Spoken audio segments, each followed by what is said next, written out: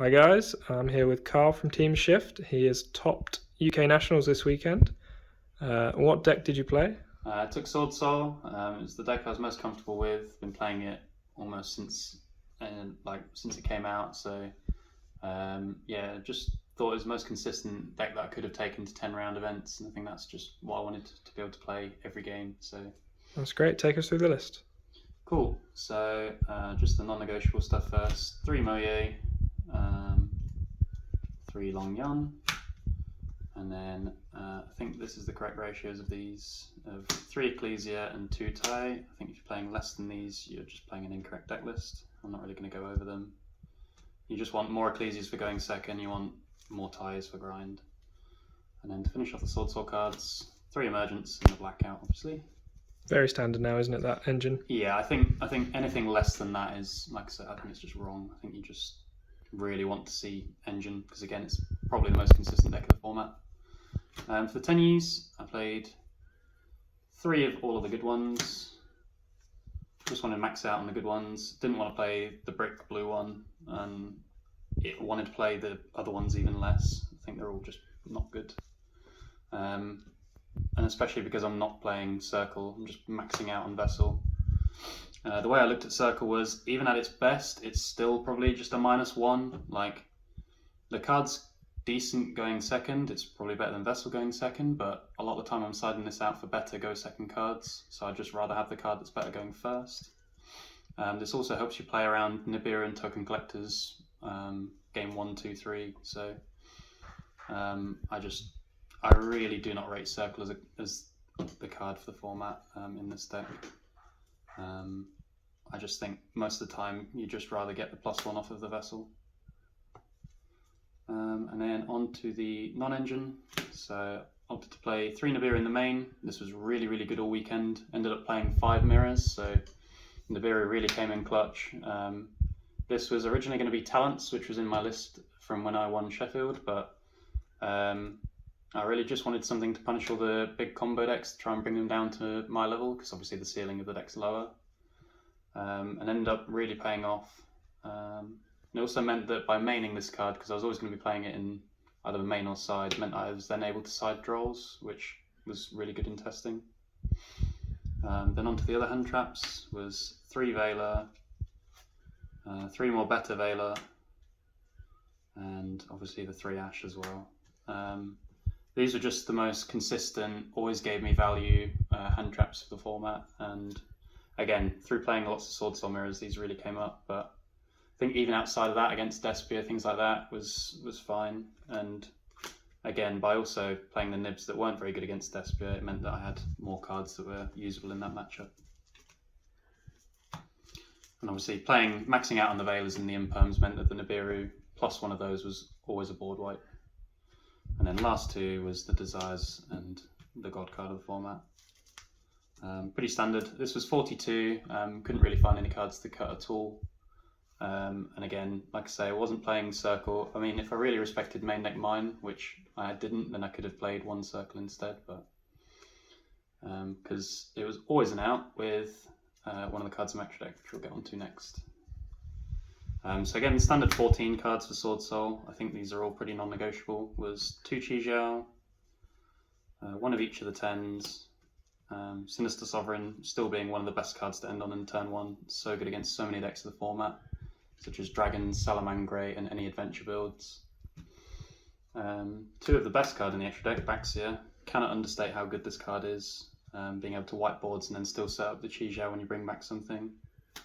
Yazi didn't come up so much this weekend, but still really, really strong, especially for when you have a long one and then the Ishuna summoning the Atara. The Chaofeng, didn't get to summon this all weekend, but again, as I mentioned, maxing out on Vessels to be able to play around things like Veiler, Ogre, Gamma, and Nibiru was really, really strong. And the 1 Berserker as well. And that was it for the Synchros. And then in terms of the links, was obviously the 3 Monk, which is standard for this format, the 1 Shaman, and then the sort of flex spot that you get for the extra deck. This time I opted for the Draco Masters. So what this meant was that I was able to still clear boards through D-Barrier, which I was worried about for this event, of course. But it also meant that I could Use the Shaman with the Monk, even through just pure 10e hands to sort of crack boards that way. And it really earned its spot this weekend. It was a very strong card. And like I say, this card meant as well that if I did end up playing the Circle, then I could always put the Baron into this to be able to clear my board for a mine. And then onto the side deck. I'll go over the cards that I thought was the best this weekend, and that was the 3 Lightning Storm and the 3 Darkruler. So the nice thing about Swordsoul is obviously a lot of decks care about anti-spells format, but I didn't expect many people to be siding it in against me because I don't think it's that great against Swordsoul. So it meant I got to play the better card of the 2 of Lightning Storm and Evenly. I think Storm's much better, but obviously decks need to respect anti-spell. And then in terms of it was either going to be Darkruler or Droplet, but I think the Swordsoul can't really afford to pitch too many cards. There's not a lot of spells that you can chain the droplets to. And Darkruler really overperformed this weekend. It's really strong.